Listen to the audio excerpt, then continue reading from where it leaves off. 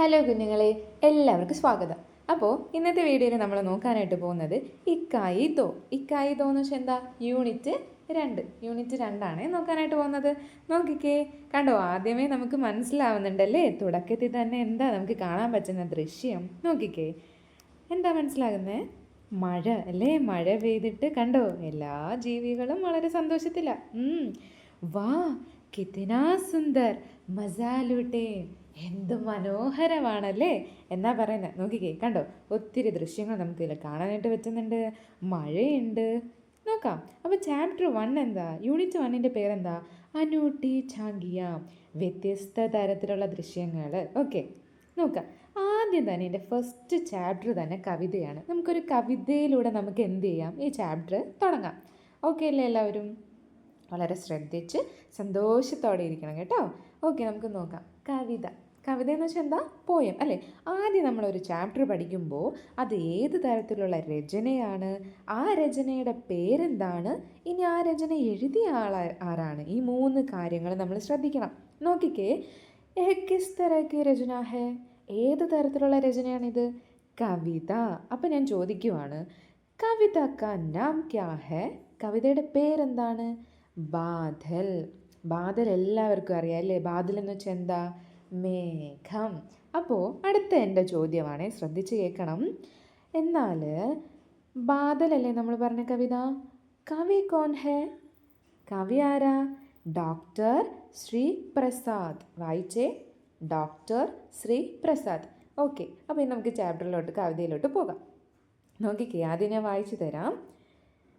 काले काले पानी वाले आसमान में बादल आए, बोलो कैसे आकर छाए. काले काले पानी वाले आसमान में बादल आए, बोलो कैसे आकर छाए. അത് നമുക്ക് ഇത്രയും നോക്കാം. നോക്കിക്കേ, കാലേ കാലേ കറുത്ത, പാനി വാലെ വെള്ളമുള്ള, അല്ലെങ്കിൽ വെള്ളം കൊണ്ടുവരുന്ന, വെള്ളമുള്ള. നിങ്ങൾ ആലോചിച്ചേ, വെള്ളമുള്ള കറുത്ത എന്ന് വെച്ചാൽ എന്താ? വെള്ളമുള്ള കറുത്ത മേഘം എന്ന് പറഞ്ഞാൽ എന്താ? കാർമേഘം അല്ലേ? കാർമേഘത്തെയാണ് കവി ഡോക്ടർ ശ്രീ പ്രസാദ് വളരെ കാവ്യാത്മകമായിട്ട് എന്ത് ചെയ്തിരിക്കുന്നത്? വർണ്ണിച്ചിരിക്കുന്നത്. നോക്കിക്കേ, കാലേ കാലേ പാനി വാലെ, കറുത്ത വെള്ളം കൊണ്ടുവരുന്ന, വെള്ളമുള്ള, ആസ്മാൻ മേ ബാദലായേ, വെള്ളമുള്ള മേഘമാണ്. ആസ്മാൻ എന്ന് വെച്ചാൽ എന്താ? ആകാശത്തിൽ. അപ്പോൾ ആകാശത്തിൽ എങ്ങനെയുള്ള മേഘമാണ് വന്നത്? കാർമേഘം. കാർമേഘത്തിൻ്റെ പ്രത്യേകത എന്താ? കാർമേഘം എന്താ നമുക്ക് തരുന്നത്? മഴയാണല്ലേ? നോക്കാം. ബോലോ കേസേ ആക്കർ ചായേ, പറയൂ അത് എങ്ങനെയാണ്? ചായ എന്ന് വെച്ചാൽ വ്യാപിക്കുക, സ്പ്രെഡ് ആവുക. എങ്ങനെയാണ് ആകാശത്തിൽ അത് വ്യാപിച്ചത്? കണ്ടോ, മഴയെ, മേഘത്തെ എല്ലാം വളരെ കാവ്യാത്മകമായിട്ട് കവി എന്ത് ചെയ്തിട്ടുണ്ട്? വർണ്ണിച്ചിട്ടുണ്ട്. നോക്കിക്കേ, ആകാശത്തിൽ കാർമേഘത്തെ നമുക്ക് കാണാം. നമ്മൾ പറയുമ്പോൾ എന്ത് പറയും? അതാ മഴമേഘം. മഴമേഘം എന്ന് നമ്മൾ പറയില്ല അല്ലേ? അതാ ഒരു മേഘം വരുന്നു എന്ന് മാത്രമേ പറയൂ. നമ്മൾ കാവ്യാത്മകമായിട്ട് ചെയ്യുമോ? ഇല്ല. നോക്കിക്കേ, हवा पकड़कर लाते सरसर, छाए जैसे काले कंबल, कितने सुंदर लगते बादल. നോക്കിക്കേ, ഹവ പകടിക്കർ ലാത്തേ സർസർ, ആ മേഘം എന്തിനെ പിടിച്ചുകൊണ്ട് വരികയാ? ഹവ, കാറ്റ്, പകടുക്കർ പിടിച്ചുകൊണ്ട് വരിക. ഹവ പകഡ്കർ എന്ന് വെച്ചാലോ, കാറ്റിനെ കൊണ്ടുവരുന്നു. ആലോചിച്ചേ നിങ്ങൾ, മഴ വരുന്ന സമയത്ത് നമുക്ക് എന്ത് കാണാം? കാർമേഘം കാണാം. കാർമേഘം ഒറ്റയ്ക്കാണ് വരുന്നത്. ഭയങ്കര കാറ്റ് വീശില്ലേ നമുക്ക്? നിങ്ങൾക്ക് അറിയില്ലേടാ മഴ വരുമ്പോൾ എങ്ങനെയാണെന്ന്? അപ്പോൾ അങ്ങനെ വലിയ കാറ്റൊക്കെ വീശിക്കൊണ്ട് വരുന്നത് കാണാം. അപ്പോൾ ഈ മേഘം എന്ത് കൊണ്ടുവരുന്നതെന്നാണ് പറയുന്നത്? കാറ്റിനെ. ഹവ എന്ന് വെച്ചാൽ കാറ്റാണ്. ഹവ പകടുക്കർ, കാറ്റിനെ പിടിച്ചുകൊണ്ട് വരുന്നു. ലാത്തി സരസർ, സരസർ എന്ന് വെച്ചാൽ നമ്മുടെ ഈ കാറ്റിങ്ങനെ വീശുമ്പോൾ നല്ല സരസരായിട്ടുള്ള ഒരു ശബ്ദത്തോടെയല്ലേ കാറ്റ് വരുന്നത്? അതിനെയാണ് ഈ പറയുന്നത് കേട്ടോ. ഭയങ്കര അതിൻ്റെ ആ ഒരു ശബ്ദത്തെയാണ് പറയുന്നത്. ലാത്തി സരസർ. ഹവ എങ്ങനെ വരുന്നു എന്നാണ് പറഞ്ഞത്. ചായ ജേസെ കാലേ കമ്പൽ. കമ്പൽ എന്ന് വെച്ചാൽ കമ്പിളി, പുതപ്പ് എന്നൊക്കെ പറയാം അല്ലേ? പുതപ്പ് നമ്മൾ കട്ടിലൊക്കെ എന്തെങ്കിലുമൊക്കെ വിരിക്കുമ്പോൾ എങ്ങനെയാണ് നമുക്ക് തോന്നുന്നത്? വളരെ വിശാലമായിട്ടല്ലേ അത് കാണുന്നത്? അപ്പോൾ അതുപോലെ വളരെ കാവ്യാത്മകമായിട്ട് ഉപമിച്ചിട്ട് കവി പറയുകയാണ്, ഛായ നമ്മൾ നേരത്തെ പഠിച്ചു, എന്താണ്? വ്യാപിക്കുക, വ്യാപിച്ചു. ജൈസെ, ജൈസെ എന്ന് വെച്ചാൽ അതുപോലെ, ഉപമ പറയുന്നതാണ് കേട്ടോ. അതുപോലെ നമ്മളിപ്പോൾ ഇംഗ്ലീഷിൽ ലൈക്ക് എന്നൊക്കെ നമ്മൾ പറയല്, ജസ്റ്റ് ലൈക്ക് ദാറ്റ് എന്നൊക്കെ പറയുന്ന പോലെ ജൈസെ അങ്ങനെ പറയുന്നതാണ്. അപ്പോൾ എന്തിനെ പോലെ? കമ്പിളി പുതപ്പിനെ പോലെ. കാലേ, കണ്ടോ? കാലേ, അവിടെ ഒരു വിശേഷണം കൂടിയുണ്ട്, കറുത്ത പുതപ്പ്. കാലേ കമ്പൽ, കറുത്ത കമ്പിളി പുതപ്പ് പോലെ മേഘം എന്ത് ചെയ്യുന്നു? ആകാശത്തിങ്ങനെ വ്യാപിക്കുന്നു. കിത്തനെ സുന്ദർ ലഗ്തേ ബാദൽ. നോക്കിക്കേ, ആ മേഘം വളരെ മനോഹരമായിട്ട് നമുക്ക് കാണാൻ പറ്റുന്നുണ്ട്. നമ്മളിങ്ങനെ നോക്കുമ്പോൾ ഇങ്ങനെയൊക്കെ ചിന്തിക്കുമോ? ഇല്ല. ഇതാണല്ലേ കവികളുടെ പ്രത്യേകത. വളരെ കാവ്യാത്മകമായി നമ്മൾ സ്വാഭാവികമായി കാണുന്ന ഒരു കുഞ്ഞു ദൃശ്യത്തെ പോലും വളരെ മനോഹരമായിട്ട് ചിത്രീകരിക്കാൻ ആർക്ക് പറ്റും? കവികൾക്ക് പറ്റും. നോക്കിക്കേ, കണ്ടോ? നമ്മൾ ആരെങ്കിലും വിചാരിച്ചിട്ടുണ്ടോ ഇങ്ങനെ? ഇല്ല. കമ്പിളിപ്പുതപ്പ് പോലെ വ്യാപിക്കുന്ന മേഘം എന്നാ പറയുന്നത്. കിത്തിനെ സുന്ദർ ലഗ്തേ ബാദൽ, എന്ത് മനോഹരമാണ് ഈ ബാദൽ. അടുത്ത് നോക്കിക്കേ, പേടോം ജൈസെ, ഫേടോം ജൈസെ, ലഗ്തേ ജൈസെ ചൽത്തെ ഘോടെ, ബൻ ജാത്തെ ഹാത്തി കെ ജോടെ. ഒരിക്കൽ കൂടെ നോക്കിക്കേ, പേടോം ജൈസെ, ഫേടോം ജൈസെ, ലഗ്തേ ജൈസെ ചൽത്തെ ഘോടെ, ബൻ ജാത്തെ ഹാത്തി കെ ജോടെ. ഞാൻ നേരത്തെ പറഞ്ഞതുപോലെ ജയ്സെ, കണ്ടോ? ഉപമിച്ചിരിക്കുകയാണ്. ഇനി നമുക്ക് നോക്കാം എന്തിനെയൊക്കെ വെച്ചിട്ടാണ് മേഘത്തെ ഉപമിച്ചിരിക്കുന്നത്. നോക്കിക്കേ, ഈ ജയ്സെ എന്ന് കണ്ടാൽ നമുക്ക് അപ്പം തന്നെ മനസ്സിലാക്കണം ഒരു കാര്യവുമായിട്ട്, അല്ലെങ്കിൽ ഒന്നിനെ വച്ചിട്ട് ഉപമിക്കുന്നു. ഓക്കെ, റിലേറ്റ് ചെയ്ത് പറയുന്നു.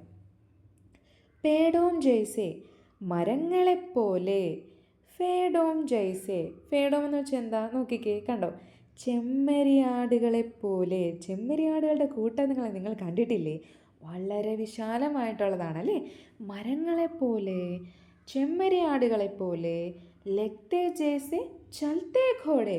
ചിലപ്പോൾ നമുക്ക് തോന്നും എങ്ങനെയാണ്? ചൽത്തേ ഘോടെ, നടക്കുന്ന കുതിരയെ കണക്ക് തോന്നും അല്ലേ? ഇത് പറയുന്നത് നമുക്ക് തന്നെ, നിങ്ങൾ ആകാശത്ത് നോക്കുമ്പോൾ മേഘത്തെ പല പല രൂപത്തിൽ നമുക്ക് കാണാനായിട്ട് പറ്റും. അവരവരുടെ മനസ്സ് പോലെയാണല്ലേ. നമുക്കിപ്പോൾ ചിലപ്പോൾ ഒരാൾക്ക് അതൊരു കുതിര പോലെ തോന്നുന്നെങ്കിൽ വേറൊരാൾക്ക്, നമ്മളിപ്പോൾ പറഞ്ഞിട്ടില്ലേ, മേഘത്തെ എനിക്കൊരു മലാഹ രൂപത്തിൽ എനിക്ക് കാണാൻ പറ്റുന്നുണ്ട്, അല്ലെങ്കിൽ നോക്കിക്കേ, ഒരു ആനയുടെ രൂപത്തിൽ കാണാൻ പറ്റുന്നുണ്ട്. അങ്ങനെ പല പല രൂപത്തിൽ നമുക്ക് എന്ത് ചെയ്യാൻ പറ്റും? മേഘത്തെ കാണാൻ പറ്റും അല്ലേ. അത് അപ്പം ഇവിടെ എന്തിനെയൊക്കെ വെച്ചിട്ടാണ് ഉപമിച്ചിരിക്കുന്നത്? പേടോം ജയ്സെ, മരങ്ങളെപ്പോലെ. ഫേഡോം ജയ്സെ, ചെമ്മരി ആടുകളെപ്പോലെ.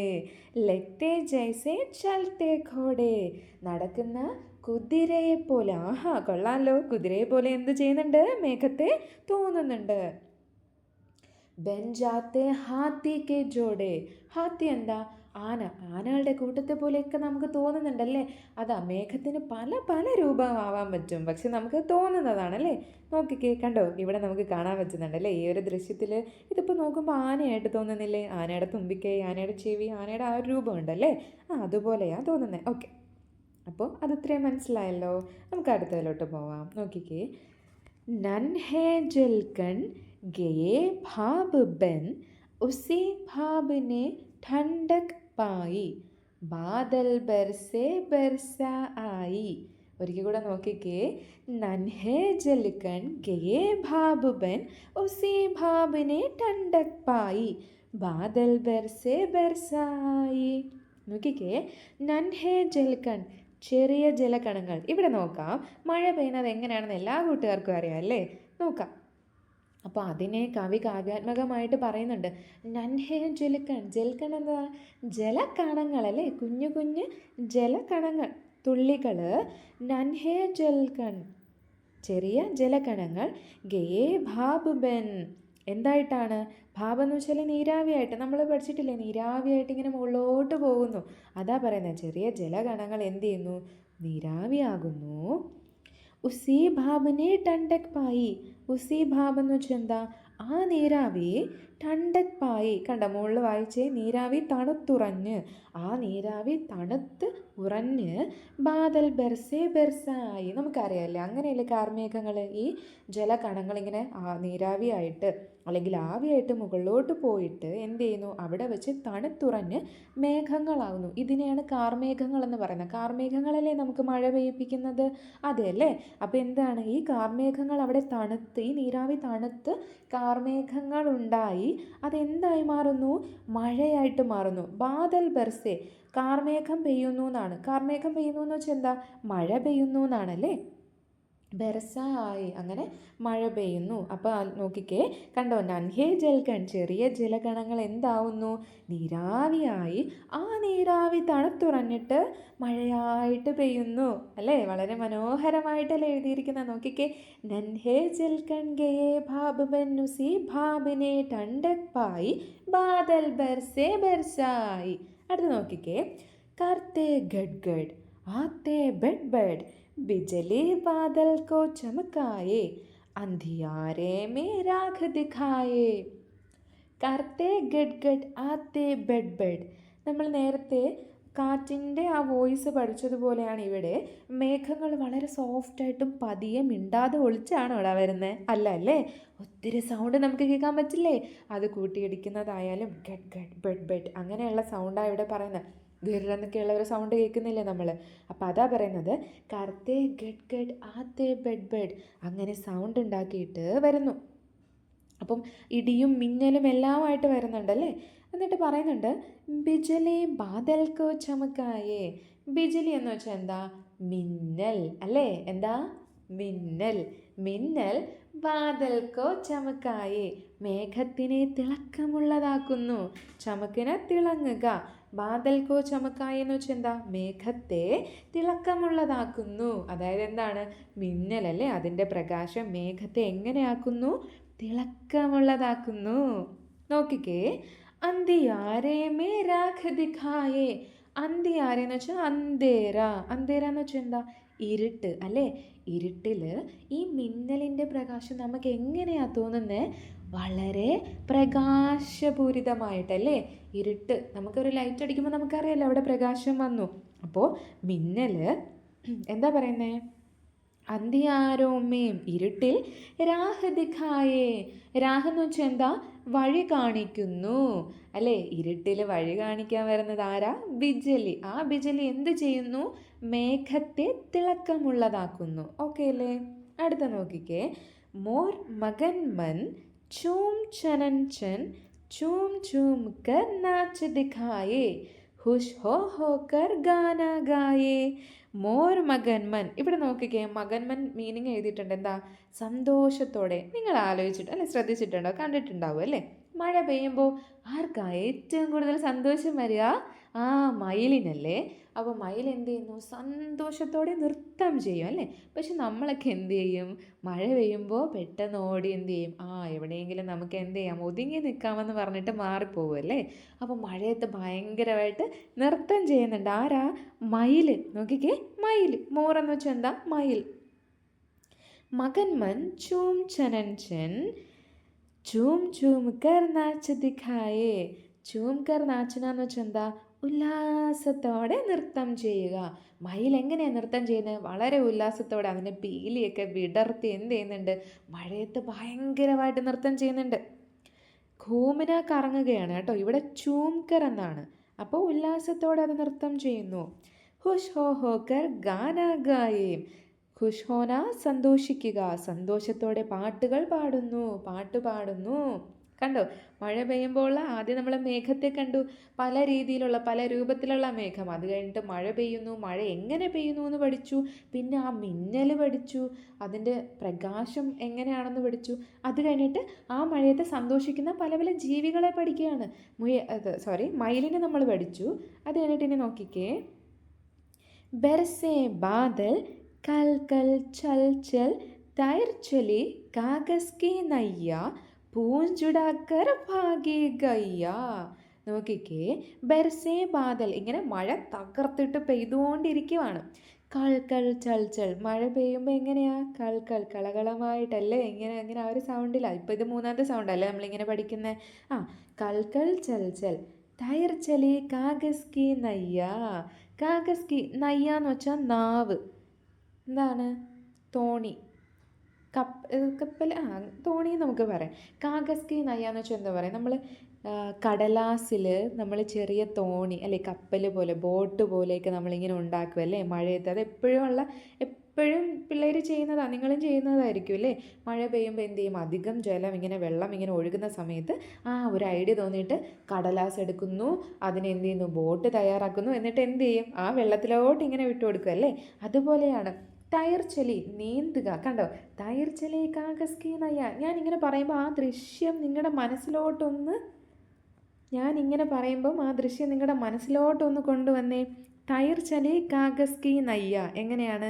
കാഗസ് കി നയ്യ, കടലാസ് തോണി എന്ത് ചെയ്യുന്നു? നീന്തുന്നു. എവിടെ നീന്തുന്നു? വെള്ളത്തിലോട്ട് നീന്തുന്നു. പൂഞ്ചുടാക്കർ ഭാഗി ഗയ്യ. പൂഞ്ചുടാക്കർ എന്ന് വെച്ചാൽ എന്താ? അപ്പോൾ പൂഞ്ചുടാക്കർ വാലും പൊക്കി, ഭാഗി ഗയ്യ. ഗയ്യ എന്ന് വെച്ചാൽ എന്താ? ഗായ്, പശു അല്ലേ. പൂഞ്ചുടാക്കർ ഭാഗി ഗയ്യ. ഇവിടെ ഒരാൾ നൃത്തം ചെയ്യുമ്പോൾ പശു എന്ത് ചെയ്യുന്നു? വാലും പൊക്കിക്കൊണ്ട് ഓടുകയാണല്ലേ. കണ്ടോ? നോക്കിക്കേ, ഈ ഒരു ദൃശ്യം നോക്കിക്കേ. വാലും പൊക്കി ആരോടുന്നു? പശു ഓടുകയാണ്. അതേസമയം മയിൽ നോക്കിക്കേ, വളരെ സന്തോഷത്തോടു കൂടി പീലിയൊക്കെ വിടർത്തി മയിൽ പാട്ട് പാടി രസിച്ച് ഡാൻസ് ചെയ്യുമ്പോൾ പശു എന്ത് ചെയ്യുന്നു? അയ്യോ, വാലും പൊക്കി മഴയത്ത് ഓടുകയാണ്. അതിനെങ്ങനെയാണ്? മഴ നനയാതെ ഒതുങ്ങി നിൽക്കണ്ടേ, അതിന് വേണ്ടിയിട്ടാണ് കേട്ടോ. പൂഞ്ചുടാക്കർ ഭാഗി ഗയ്യ. ഓക്കെ അല്ലേ? അപ്പോൾ ഒരു മഴ പെയ്യുമ്പോൾ അതിൻ്റെ വ്യത്യസ്ത തരത്തിലുള്ള ദൃശ്യം, അതാണ് നമ്മൾ ആദ്യമേ യൂണിറ്റ് നോക്കി. അനൂട്ടി ചാങ്കിയ, വ്യത്യസ്ത ദൃശ്യങ്ങളാണ് കാണുന്നത്. മഴ പെയ്യുമ്പോൾ ആ മഴ പെയ്യുന്ന കാര്യങ്ങൾ, പെയ്യുന്ന സമയത്തുള്ള പക്ഷികൾ, അവരുടെ എങ്ങനെ അവരതിനെ ഉല്ലസിച്ച് രസിച്ച് അതിന് മഴയിൽ വന്ന് നിൽക്കുന്നത്, അങ്ങനെ പല പല ദൃശ്യങ്ങൾ വളരെ കാവ്യാത്മകമായിട്ടാണ് കവി ഇവിടെ എന്ത് ചെയ്തിട്ടുള്ളത്? വിവരിച്ചിട്ടുള്ളത്. ഓക്കെ, അപ്പോൾ എല്ലാവർക്കും ഇത് വളരെ മനോഹരമായിട്ട് മനസ്സിലാക്കാൻ പറ്റിയെന്ന് വിശ്വസിക്കുന്നു. ഇഷ്ടപ്പെടുകയാണെങ്കിൽ നിങ്ങൾ എന്ത് ചെയ്യുക? ലൈക്ക് ചെയ്യുക, സബ്സ്ക്രൈബ് ചെയ്യുക. താങ്ക്